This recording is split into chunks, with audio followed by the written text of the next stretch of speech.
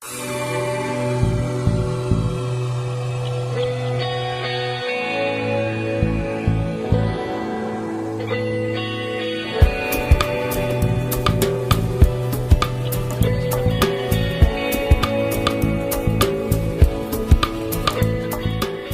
Bram, j'ai 39 ans. Je suis papa de 2 enfants, marié bien sûr. Donc j'ai fait mon cursus universitaire en partie Fitouns et par la suite donc j'ai fait l'école de commerce, j'ai fait de la finance avant de partir à Paris pour terminer mes études donc universitaires. J'ai fait un DESS finance à Paris en Sorbonne. J'ai entamé la thèse doctorat que j'ai jamais finie parce qu'en fait j'étais tenté plus pour le monde professionnel. D'ailleurs en 2000 donc j'ai commencé ma carrière professionnelle chez BNP Paribas Asset Management dans les salles de marché et honnêtement j'étais plus attiré par le monde professionnel que de terminer un peu les études universitaires. Après je suis passé chez CIC Securities, toujours dans les salles de marché, avant de faire le retour définitif et s'installer Fitouns à partir de 2003, où j'ai intégré le secteur de l'intermédiation boursière chez l'ancienne société qui s'appelait Sicofi. Entre-temps, j'ai continué à faire des formations, bien sûr, et en 2007, il y a eu donc, le premier certificat qui a été lancé pour la formation de l'ASFAF, qui est un diplôme d'analyste financier, en fait reconnu mondialement. Donc il y a eu une première promotion auquel donc le CMF il a favorisé cette formation et je faisais partie de la première promotion. Donc voilà en 2 mots un peu le parcours universitaire et depuis donc je suis dans le monde de l'intermédiation financière. MCP, donc, c'est une ancienne licence qui date depuis 1995. C'était la structure en fait, qui a été fondée en 1995 et qui a changé de main 3 fois pour arriver aujourd'hui entre les mains d'actuels actionnaires, qui est composé essentiellement donc, de Duet, qui a une participation à hauteur de 49%, et le reliquat est en fait, est détenu par des Tunisiens, donc il y a essentiellement Siadi Ben Louka, moi-même. Et donc voilà, c'est l'entrée en capital s'est réalisée courant l'année 2011, post-révolution. Et depuis, donc, il y a eu une restructuration de la société et injection des fonds nécessaires pour que la société se développe. Résultat des courses, aujourd'hui, MCP est devenu un opérateur qui est assez sérieux sur le marché et qui est en train de grappiller des parts de marché, qui est en train d'innover aussi. Et donc voilà, on y croit au secteur, on y croit aux perspectives du secteur parce que, en 2 mots, je pense que la bourse elle est en pleine éclosion. Il y a encore un potentiel très intéressant. En fait, je comprends très bien, enfin, parce que tout simplement, si on dresse un tableau, on trouve que l'économie tunisienne elle est à 93% financée par le secteur bancaire. Donc, en fait, donc le marché financier il commence à jouer un rôle important aujourd'hui et c'est tout à fait normal en fait pour pouvoir bénéficier des avantages du marché il faut solliciter, il faut passer par les acteurs et aujourd'hui c'est normal qu'il y ait des acteurs qui émergent par rapport aux autres. Tout d'abord l'offre diffère et puis moi je tiens à souligner un point très important en fait la réussite d'une société c'est la réussite d'une équipe. L'avantage de MCP, c'est qu'elle a une bonne équipe, une équipe de jeunes, en fait, avec des CV qui sont un peu différents mais complémentaires. Et je pense que c'est un peu la force de MCP. Et puis, bien sûr, avec l'apport du concours des partenaires qui ont mis à la disposition de cette équipe, on a tous les moyens nécessaires pour pouvoir réussir. Et bien sûr, l'appli vient en mangeant, et si on réalise des deals auxquels le résultat est positif, c'est tout à fait normal qu'il y ait un track record et que par la suite, chacun prend des spécialités. Juste une petite remarque, par exemple, nous, on a eu l'occasion d'être un peu le pionnier. On a fait la première introduction en bourse sur le marché alternatif, auquel on y croit énormément parce que le tissu économique est composé essentiellement de petites et moyennes entreprises.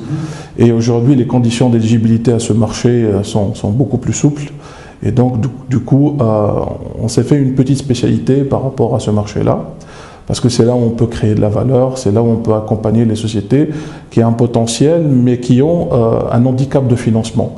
Donc, je pense que déjà pas mal de deals ont été réalisés.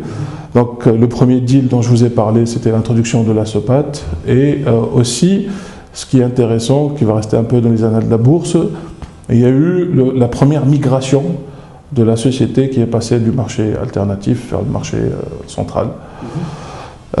Aussi, donc, on commençait à regarder pas mal d'opérations en termes de privatisation et du coup, il y a un savoir-faire, il y a une certaine expérience qui est en train de se développer au sein de MCP. C'est ce qui laisse probablement les gens en fait s'adressent à nous. Effectivement, donc, MCP, c'était une structure qui s'appelait Seacoffee et je pense qu'en fait, il y a une décision assez mûre prise par les actuels actionnaires où ils ont anticipé, ils ont vu juste qu'il y a un potentiel extraordinaire par rapport au secteur.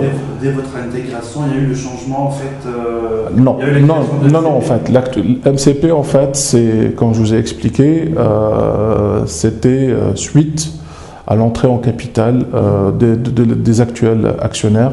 Ça s'est réalisé plus précisément en 2011, début 2011. À partir de là, il y a eu une transformation totale, il y a eu un changement du nom, un changement de standing et de positionnement. Et en fait, pendant cette période-là, franchement, l'environnement n'était pas aussi propice parce que tout d'abord, on ne voyait pas, le rythme des introductions n'était pas... Il y avait un problème en termes d'offres de papier. D'accord ? C'est-à-dire, en fait, aujourd'hui, il y avait pas mal de secteurs qui n'étaient pas représentés. Donc, la dynamique commençait à se développer plus, je dirais, 2 ans avant la Révolution et qui s'est confirmée post-Révolution.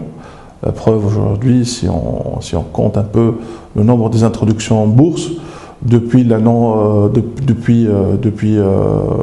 14 janvier, je pense qu'on est au nombre de 7 aujourd'hui et potentiellement il y a 3 autres avant fin de cette année. Donc il y a une certaine dynamique qui est en train de se créer et donc il y a un changement un peu de l'environnement. Voilà, c'est un peu ce changement-là en fait qui laisse un peu les intermédiaires probablement être plus agressifs et dynamiques commercialement. Tout d'abord, il faut préciser un élément très important, c'est que généralement les sociétés qui sollicitent le marché financier, c'est pour renforcer leurs fonds propres. Bien sûr, on parlera un peu du marché obligataire parce que aussi il y a des autres instruments qui sont de nature à financer la société pour réaliser ses investissements et son développement futur. Donc, si on renfloue les fonds propres, je pense que ça permet à une entreprise de résister. Il ne faut pas vraiment sous-estimer un peu la situation. Certes, on était en récession économique, les choses ne se débloquent pas et ne redémarrent pas comme prévu, parce qu'en fait, on a une place émergente et théoriquement, en fait, on doit être sur un rythme de croissance entre 6 et 7%. Et donc, c'est tout à fait normal, on est en phase de transition. Par contre, si on regarde un peu les états financiers, parce qu'il faut partir d'observation des sociétés cotées en bourse, et je prendrai quelques échantillons, honnêtement, la croissance elle est au rendez-vous. Le bottom line des sociétés aussi est en train de s'améliorer. D'ailleurs, je dirais 60 à 70% des sociétés cotées en bourse sont en train d'améliorer et renforcer leur politique de distribution de dividendes. Ça veut dire, en fait, c'est un indicateur assez révélateur. Donc, la bourse fait l'économie, c'est-à-dire que la bourse, c'est une vitrine qui est censée refléter l'économie. Il y a des secteurs qui sont sinistrés aujourd'hui. Sans rentrer dans le détail, tourisme, qui ne sont pas représentés et qui pèsent lourd sur le PIB. Donc effectivement, il ne faut pas sous-estimer la situation. Elle Il y a quelques difficultés sur le plan économique, mais on est optimiste. Je pense que une fois que la transition, il y aura plus de visibilité, parce que l'investisseur il a besoin de confort. Et الحاجة اللي حذناها شوية معناها البériode الأخرانية, c'est qu'il y a moins d'investisseurs étrangers qui sont en train de solliciter, d'investir via la bourse. C'est tout à fait normal, ils sont en train d'observer, mais d'autres qui sont intelligents, parce que dans des moments, dans des périodes creuses, où on fait les bonnes affaires. Voilà, nous demeurons optimistes, nous on continue à parler aux investisseurs, et déjà il y a du concret, et potentiellement on est en train de travailler sur les investissements directs. Aujourd'hui c'est encore un peu confidentiel, mais Inch'Allah avant fin de l'année on aura l'occasion de reparler de ça, mais on est sur des projets concrets Inch'Allah, qui vont apporter leur concours à l'économie tunisienne. Je vais vous parler un peu des réalisations de MCP. C'est tout à fait normal, on est fiers. Comme je vous ai dit, et j'insiste à vous dire que c'est un travail d'équipe. Et aujourd'hui, l'équipe s'éclate, ils sont vraiment épanouis. Il y a un environnement qui est favorable. Et depuis le début de l'année, on a clôturé quelques opérations. De taille, je peux vous en parler puisque c'est des opérations publiques, qu'on a accompagné en fait l'acquéreur de la concession de voitures Kia, le groupe Bouchemewi. Donc on les a accompagnés par rapport à cette opération qui était une importante opération. Donc ça s'est passé en fait en début d'année. Aussi, on a travaillé sur un emprunt obligataire, et effectivement, ça c'est parmi les acquis de MCP, c'est qu'aujourd'hui, on est en train d'opérer sur l'ensemble des instruments qui sont offerts par le marché financier. Donc, on a accompagné Servicom pour une levée de fonds de 8 millions de dinars. C'était une mission relativement un peu difficile parce que c'est la première société qui sort issu du marché alternatif sur le marché obligataire, avec une notation qui était relativement un peu faible, mais qui ne reflétait pas bien sûr le potentiel de la boîte. C'était une image de la société à l'époque où il y a eu la notation. Donc ça, c'était un deal très intéressant, et ça ouvre des horizons pour d'autres deals sur le marché obligataire. Aussi, on a réalisé l'introduction en bourse de Hightech, qui était une réussite, qui a été souscrite 12 fois, et qu'aujourd'hui, elle continue son chemin. On a levé 3,5 millions de dinars, c'était une réussite pour nous. Et c'est une société qui est assez prospère. Et donc voilà, je peux vous parler d'un deal, mais sans aller dans le détail, c'est qu'actuellement, on a été donc retenu par l'État via le Karama Holding pour les accompagner sur la privatisation donc de Stafim Peugeot, qui est un acteur majeur en fait dans la concession de voitures. Et bientôt donc le process sera mis en place.